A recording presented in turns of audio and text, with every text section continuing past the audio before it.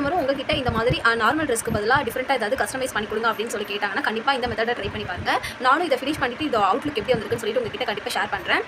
ரொம்ப சிம்பிளான எம்ப்ராய்டரி தான் வந்து கீழே போட்டுருக்கோம். ஸோ ப்ளைன் கிளாத்தில் ஒர்க் பண்ணுறதுக்கு பதிலாக இந்த மாதிரி நீங்கள் ஏதாவது எம்ப்ராய்டரி பண்ணி கொடுத்தீங்க அப்படின்னா ரொம்பவே டிஃப்ரெண்ட்டாக இருக்கும். இந்த எம்ப்ராய்டரி பேட்டர்னே பார்த்தீங்கன்னா ரொம்பவே சிம்பிளாக நார்மல் சில்க் த்ரெட் வச்சு தான் வந்து நான் பண்ணியிருக்கேன்.